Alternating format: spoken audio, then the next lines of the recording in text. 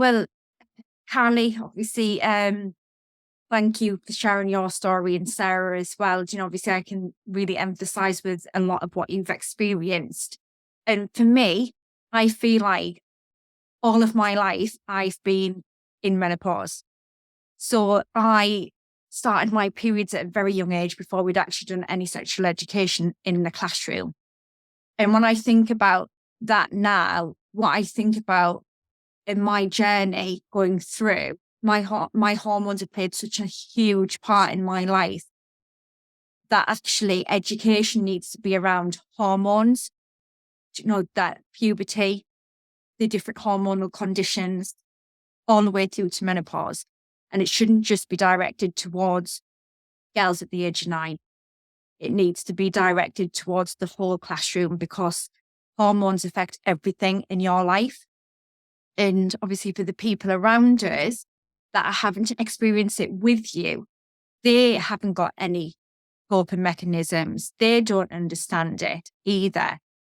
So my journey actually started at a very young age with hormones, and quickly started to really interfere with my day-to-day life.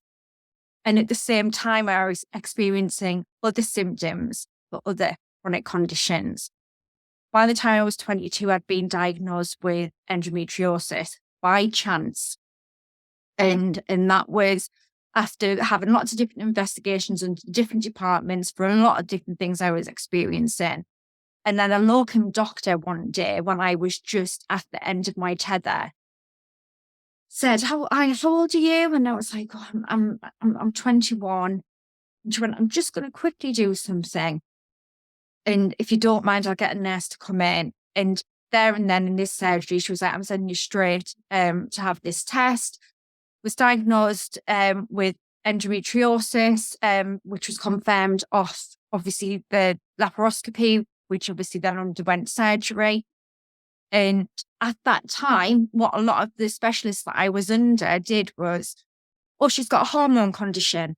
That's what's causing all of these other symptoms. This is what's causing all of these problems. And at the same time, I was put on treatment for the endo that plunged me into menopausal symptoms. So at the age of 22, I'm waking up in the middle of the night as if someone's thrown a bucket over me. I'm walking around thinking I've got early onset dementia, because I couldn't get words out, because I was having all of these symptoms, which obviously now I understand that they're connected to menopause. So I'd been plunged into a medical menopause to try and treat the endo, and at the same time was left without support for lots of the conditions that were yet to be diagnosed or being diagnosed, but the hormones were getting the blame for those symptoms. So I really struggled, to try and live a life around all of those conditions. I developed really severe agoraphobia, was very poorly on a daily basis. And when people say things like, oh, take each day as it comes, I was literally living minute to minute, and managed to sort of build a life, and fortunately moved locations, got new specialists, new doctors, and things started to fall into place. I started to get diagnosed with conditions, get the treatment right. They've got a brilliant gynae team. And that, for me, has been essential to everything.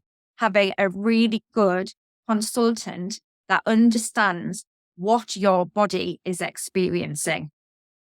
And again, some of the treatments I were on, plunged me in menopause 1 minute, then I'd come off it, so I was constantly on this vicious cycle.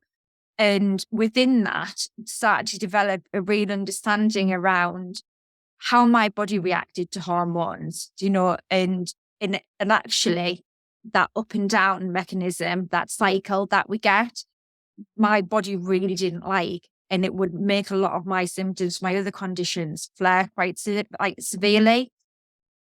So I got to the point where I'd had children. Fortunately, I feel really, really lucky, because I sat on a bed at 22 and said to my husband, with my now husband and with my boyfriend, then we might not be able to have children, our own children. Like, walk away, walk away that, that you want to have kids. And he was like, I want you. And they've not said 100% no. They've just said it is something that you might be looking at. So I'd obviously had to digest all of that whilst being plunged into a medical menopause to try and treat a condition, and was lucky to have children at the point that I was told you need to have children now, otherwise it's never. So that was a very much oh my God. So my life was being dictated to, by what could be done medically, because the risk was always going to be that the medicine that I was taking was going to just onset menopause anyway, because it was medically induced. There was always that risk that when I came off it, my periods wouldn't start again and that would be it. And so I had 2 children, and then worked with my medical team to come up with a plan that was going to protect me long term. So if I'd have had a hysterectomy at that age, long term, my health was going to be affected. So there's lots of ways that your hormones are very beneficial to your body, whilst at the same time understanding that I need it to be regulated, to ensure that it doesn't impact the other conditions that I've got. And my body doesn't go through this turmoil all the time of erratic emotions and all those hormones flaring up different symptoms. So I managed about a decade on different medical plans, doing trial treatments, which is not fun, because you've got no idea. It's a risk of what's going to happen. But in amongst doing all of that, I was doing a lot of research myself, trying to help myself, pairing myself. And there was very little out there. Everybody had a different story as well. People didn't like talking about it then, and it was very much a taboo subject. And that whole thing, that saying of, oh, it's just your hormones, got that all the time. And that was really frustrating for me. And I was like, well, yeah, of course it is my hormones, but it's not just hormones. They play a major part in my life. And that's why I'm going through what I am now, because long term, I wanted to protect myself. It got to the point where I couldn't do that anymore. It was making me really, really poorly. The menopause symptoms that I was experiencing were really debilitating. And so I obviously went through then and had a surgical menopause. And that surgical menopause, obviously, again, it's that overnight factor. But what I could do is be prescribed HRT. So I've been prescribed HRT previously when I was on a different treatment, but it wasn't as good as the HRT I could get following a surgical menopause. So I started on HRT, and I've done research into it myself, spoken to a lot of people. And again, it boiled down to the fact that I had a very good team around me who planned everything for me, spoke to me about it all, made sure I was prepared, and everything was ready and nailed down for me to start it straight away, and the care was fantastic. So it was regular phone calls, regular checks, regular blood tests, making sure that this part of the hormone replacement treatment started at this point, and at a certain point that would be checked. And then if that was fine, the next phase would start. And that I've had a very, very good experience with that surgical menopause and HRT journey because of the team of people around me. It shouldn't be dependent upon the team of people that are around you. It goes back to what you were saying, Carly, about the institutions, them not having the information themselves. And if those that are meant to be in the know don't know, how is everybody else that expected to understand, not just ourselves in terms of going through it, but the people around us as well? Because obviously I was able to prepare my husband, be able to say to him, this might happen. I might have no sex drive whatsoever. I'm really, really sorry. And that conversation is a conversation that's needed with couples. We don't, these taboo subjects, we don't talk about enough. Married couples don't sit there and say, oh, we're experiencing menopause at the moment. We haven't had sex in 3 months. It's really hard, but we're being intimate in other ways and sharing those other ways of how they're being intimate. We just don't talk about it enough. Whereas I felt lucky that I had a team around me that prepared me for it, but I shouldn't feel lucky at the same time. And so obviously now, part of what I'm experiencing when I'm talking to people is advising people they need to push for understanding, push your GP.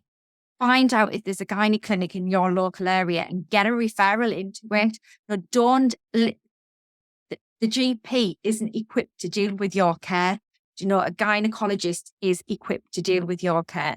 Get that referral made, because they're the ones who are going to be able to manage your HRT for you. But also understand as well when HRT is not working for you and what holistic approaches might be better. Some people with endo, actually hormones trigger it quite severely. So although they have a full hysterectomy, it could be that once they start HRT, that endo flares quite significantly. And actually they then need that help to have no hormone replacement, but what they can do to help their menopausal symptoms.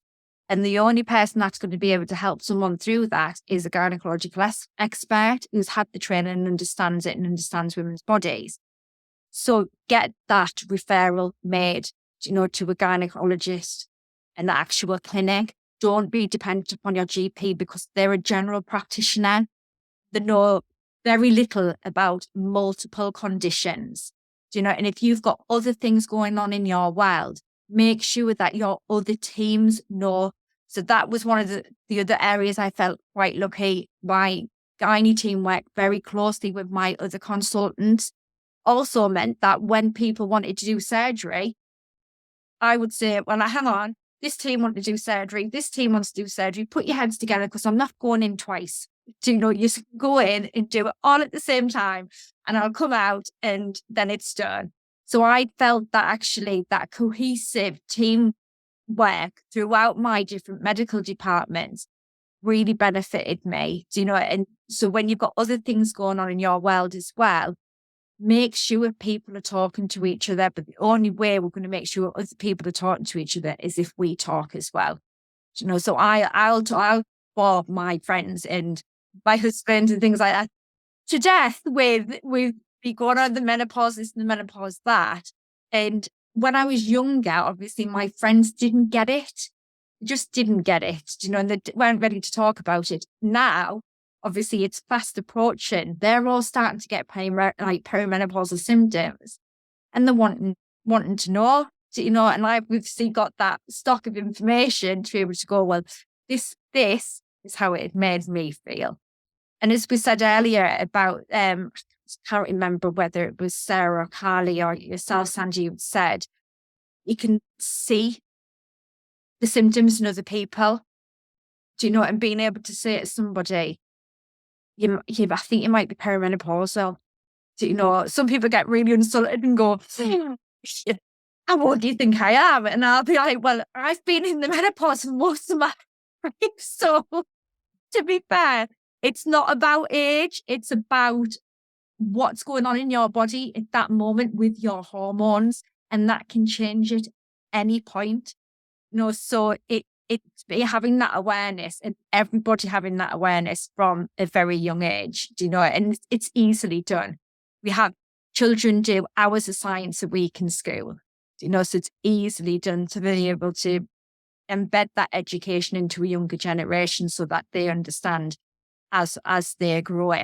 But yeah, for me, it's about talking openly, honestly, about the things that we don't like to talk about, how it affects sort of our toilet habits. The big one, if you go onto a forum, is constipation.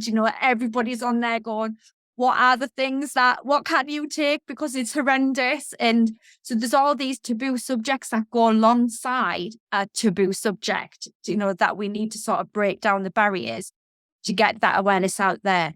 So talking is the way of doing it. Education is the way of doing it. And speaking to the right professionals, about your own care as well is important. So for me, it's all about talking as well. And don't rely upon celebrities' information. Go to the people that know. Yeah, that was amazing. Thank you so much, Michelle. You have got an absolute lifetime of knowledge there. And I really liked what you said, because you came back to it, and I wrote down potluck when you were talking about your gynae team, because it is so much potluck, and we're not brought up from our generation to make a fuss. You take who you're given, and we don't know, or we're starting to know, but we historically haven't known that we can say, I don't like that one. I want another one because that one's not listening to me, or that doesn't feel right. I don't actually agree with what they're saying. Can we try something different? And it shouldn't be potluck. It should be that you are happy and comfortable and in alignment with what's happening. It's your body. We should have that sense of feeling confident that our bodies are being taken care of. And we don't have that at the moment. And it's right. It's absolutely right. We need to talk about it. And we need to talk. Before we came on air, I said on air, when we worked before we came live, I said, I don't think that anything should be taboo, just like you said. There needs to be this, anything can come on the table.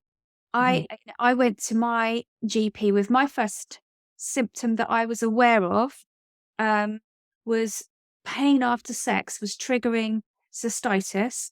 And I remember saying to the doctor, please don't tell me I can't have sex. I really love sex. Don't tell me I can't have sex. And he said, it was a man, and he said, oh no, I'm not going to tell you that. And he didn't even connect the two. And I didn't know to connect the two, because I didn't know that vaginal atrophy was a symptom, because my mum just called it the change. Sorry, Carly, but that's what she called it. And she just said, oh, I don't know. It's just when your periods stop. So I was just like, well, I would love my periods to stop, because it's an absolute bloodbath when I have a period. So bring it on. And yeah, so I think we need to talk. We need to stop being embarrassed about it, because we all have bodies. They all have bodily functions, and they all malfunction at some time or other. And we all have these things that happen, and stop being worried about it, because the more we can talk about it, just like you've just said, the more people are going to feel less alone and scared and think that it's just them. And we hopefully will avoid misdiagnosis and, the problems and the stories that Carly's told us.